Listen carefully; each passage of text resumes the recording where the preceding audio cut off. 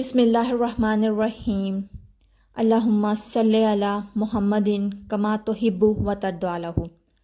السلام علیکم، welcome to another day, welcome to another video. کیسے ہیں آپ سب لوگ؟ اللہ پاک آپ سب کو بہت ساری خوشیوں سے نوازے، اللہ پاک آپ سب کو اپنے حفظ و ایمان میں رکھے، آمین ثم آمین۔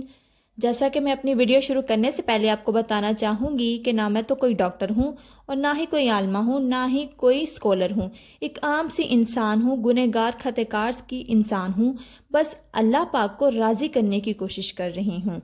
اسی لیے میں بھی دعا کرتی ہوں اور آپ بھی دعا کیجئے کہ اللہ پاک آپ سے، مجھ سے، ہم سب سے راضی ہو جائیں، آمین ثم آمین۔ درود پاک پڑھتے ہیں تو شکر منائیے، کیونکہ ہمارے آقا جان صلی اللہ علیہ وسلم کی نظر مبارکہ رہنے والے چند خاص لوگوں میں سے ہو۔ درود پاک پڑھنے والے خود نہیں پڑھتے، بلکہ آپ صلی اللہ علیہ وسلم نے پوری کائنات کے چند خاص لوگوں میں سے چنا ہوتا ہے، اس لیے درود پاک تم خود نہیں پڑھتے، بلکہ درود پاک پڑھنے کے لیے تمہیں چنا گیا ہے، اس لیے جتنا ہو سکے اپنے اللہ پاک کا شکر ادا کیجئے۔ ماشاءاللہ، سبحان اللہ۔ یہ جو عمل میں اس ویڈیو میں بتانے لگی ہوں، یہ درود خادم احمد منظور کی تصنیف سے لیا گیا ہے۔ 27 رجب کا یہ عمل ہے۔ 27 رجب کی شب معراج کا خاص عمل ہے، اور اس کو نہ کرنے والا تو اس کی بہت سی برکتوں سے محروم رہ جائے گا، اسی لیے میری پیاریوں اس کو لازمی کریے گا۔ تو عمل کو کرنے والے پر رب کی رحمتوں کا نزول ہوتا ہے۔ یہ عمل کرنے والا قرب محمدی صلی اللہ علیہ وآلہ وسلم سے نوازا جاتا ہے۔ یہ عمل جو ہے نا، ایک روحانی طاقت کا خزانہ ہے۔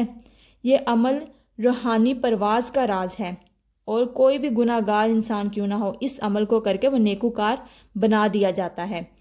یہ عمل عام سے انسان کو اعلیٰ مقام پر پہنچا دیتا ہے۔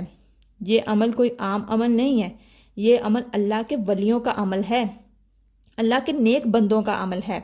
یہ عمل اکثر وقت کے غوث پاک، قطب قلندر اور اللہ کے کامل ولی ہر سال کرتے ہیں۔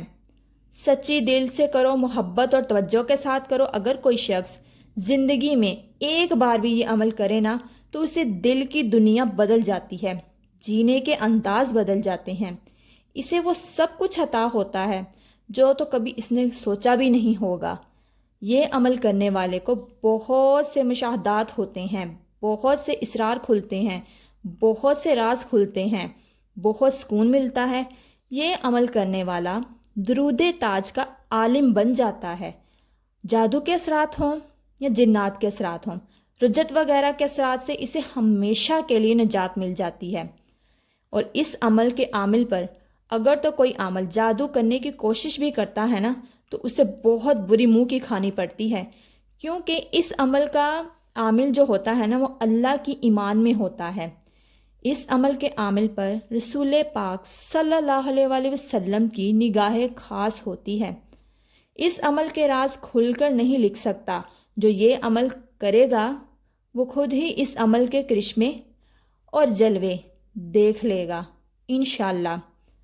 یہ عمل جو ہے شب معراج کی رات نماز عشاء کے بعد کرنا ہے، یعنی عشاء کے بعد، پھر رات کے کسی بھی وقت یہ عمل کیا جا سکتا ہے، عشاء سے پہلے نہیں، عشاء کی نماز پڑھنے کے بعد کرنا ہے۔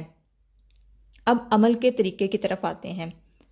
عمل کا طریقہ یہ ہے، با ادب با وضو ہو جائیں، اچھی طرح وضو کر کے نماز پر بیٹھ کر توجہ اور تعظیم کے ساتھ 92 مرتبہ درود تاج پڑھنا ہے۔ کتنی دفعہ؟ 92 دفعہ درود تاج پڑھنا ہے۔ یہ عمل صرف 27 رجب کی رات ہی کرنا ہے، اور پھر روزانہ رات کو 3 مرتبہ درود تاج پڑھنا معمول بنا لینا۔ اس سے آپ درود تاج کے عامل بن جاؤ گے۔